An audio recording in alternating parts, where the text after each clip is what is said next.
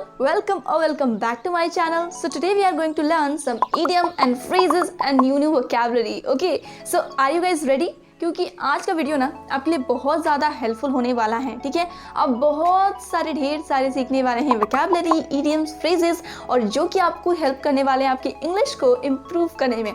Trust me, मैंने भी अपनी इंग्लिश को ना इसी तरीके से इम्प्रूव किया था, क्योंकि शुरू में अगर हम ग्रामर से स्टार्ट करते हैं ना तो हम बहुत जल्दी बोर हो जाते हैं। इसीलिए आपको स्टार्ट करना है इडियम से, फ्रेजेस से, वोकैबुलरी से। ओके, तो आज मैं आपका हेल्प करने वाली हूँ इन सबको किस तरीके से आप सीखेंगे ईजिली, ताकि आपके दिमाग में आ जाए और उसे आप अपनी डे टू डे लाइफ में यूज़ भी कर पाएँ, क्योंकि हम सीख तो लेते हैं पर यूज़ नहीं कर पाते। ओके, तो चलिए ज़्यादा नहीं करते, स्टार्ट करते हैं। नंबर 1, तंग आ जाना या फिर परेशान हो जाना। अब इसे हम किस तरीके से बोलेंगे इंग्लिश में, तो आप यूज कर सकते हैं फ्रेज सिक ऑफ। क्या? Sick of. Yes, for example मैं उसे समझा कर तंग आ चुकी हूँ, तो आप क्या कहेंगे? I am sick of making him understand. I am sick of making him understand. Okay, next है प्रिटेंड। प्रिटेंड मीन्स दिखावा करना। ओके, फॉर एग्जाम्पल बच्चे सोने का दिखावा कर रहे थे, तो आप कह सकते हैं kids were pretending to be sleep. Okay, है ना कितना इजी। तो इस तरीके से आप 2-3 बार अगर प्रैक्टिस करेंगे ना और सेंटेंस बनाएंगे ना, तो आपको फटाफट से यूं आने लगेंगे ढेर सारे फ्रेजेस, तो याद होके ना आपके माइंड में से छपने लगेंगे। ठीक है, तो प्रैक्टिस कीजिए और आप कमेंट में ना इसे रिलेटेड सेंटेंसेस बना के लिख सकते हैं। मैं आपको बता दूंगी कि आपने सही बनाया या फिर नहीं, सो प्लीज प्रैक्टिस जरूर कीजिए। नेक्स्ट है अभी तक। अभी तक की इंग्लिश होगी as of now. As of now. Okay, for example तुमने अभी तक मेरा काम नहीं किया। You didn't do my work as of now. You didn't do my work as of now. Okay? Next phrase है bound to. Bound to means क्या होगा? बाउंड टू मीन्स होता है किसी चीज़ के लिए मजबूर होना या फिर बाध्य होना। ठीक है, मतलब आपको वो चीज़ करना पड़ रहा है। ठीक है, आप चाहते नहीं है फिर भी। फॉर एग्जाम्पल मुझे मैगी खाना पड़ रहा है या फिर मैं मैगी खाने के लिए मजबूर हूँ, तो आप कह सकते हैं I am bound to eat Maggi. I am bound to eat Maggi. Next है all I want is that.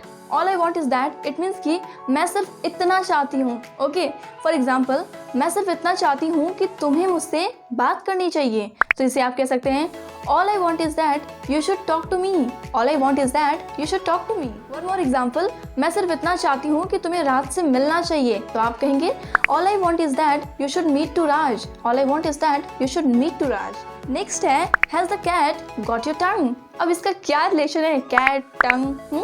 Well, ये एक इडियम है। ओके, जैसे हम हिंदी में कहते हैं ना तुम्हारे मुंह में जबान नहीं है क्या, तो इसी तरीके से आप ये वाला यूज़ कर सकते हैं इडियम। ये एक एक्सप्रेशन है, एक इडियम है, जिसका यूज़ आप कह सकते हैं जब कोई इंसान ना रिस्पॉन्ड नहीं कर रहा हो, आंसर नहीं कर रहा हो, कोई बात नहीं कर रहा, आप कुछ भी पूछ रहे हैं, मतलब चुप हो, क्वाइट हो, that time you can use this expression. Okay, for example I think the cat has got your tongue. यानी कि जब सामने वाला पर्सन कुछ बोल नहीं रहा है ना, कोई जवाब नहीं दे रहा, that time you can say I think the cat has got your टंग।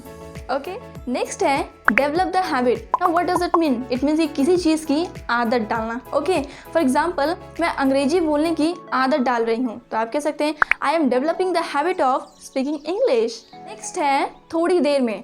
थोड़ी देर में कहने के लिए हम फ्रेज यूज करते हैं in a while. Okay, in a while. For example मैं थोड़ी देर में आ जाऊंगा, तो आप कह सकते हैं I'll come in a while. I'll come in a while. Next है कोई कसर नहीं छोड़ना। हिंदी में वो कई बार कहते हैं ना मैं कोई कसर नहीं छोड़ूंगा इस काम को करने में, राइट? तो इंग्लिश में इसका इडियम है I will not leave anything undone. Okay, for example मैं इंग्लिश सिखाने में कोई कसर नहीं छोड़ूंगी। I will not leave anything undone to teach English. Okay, next है सवाल ही पैदा नहीं होता। कई बार हम यूज करते हैं सेंटेंस का ये काम करने का, तो सवाल ही पैदा नहीं होता है, तो इसे आप इंग्लिश में यूज कर सकते हैं फ्रेज का no question arise to. Okay, for example मेरे पास उसका नंबर है लेकिन कॉल करने का तो सवाल ही पैदा नहीं होता, तो आप इसे इंग्लिश में कह सकते हैं I have her number but no question arise to ring up.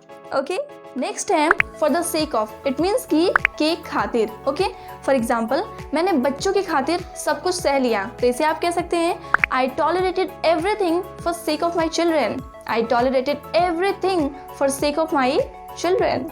Next है इंटेंट टू। इट मीन्स की का इरादा। फॉर एग्जाम्पल मेरा इरादा तुम्हें चोट पहुंचाने का नहीं था। I don't intend to hurt you.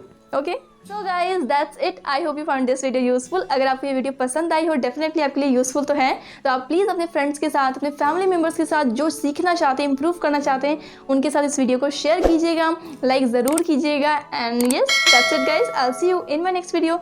Till then take care, goodbye and keep practice.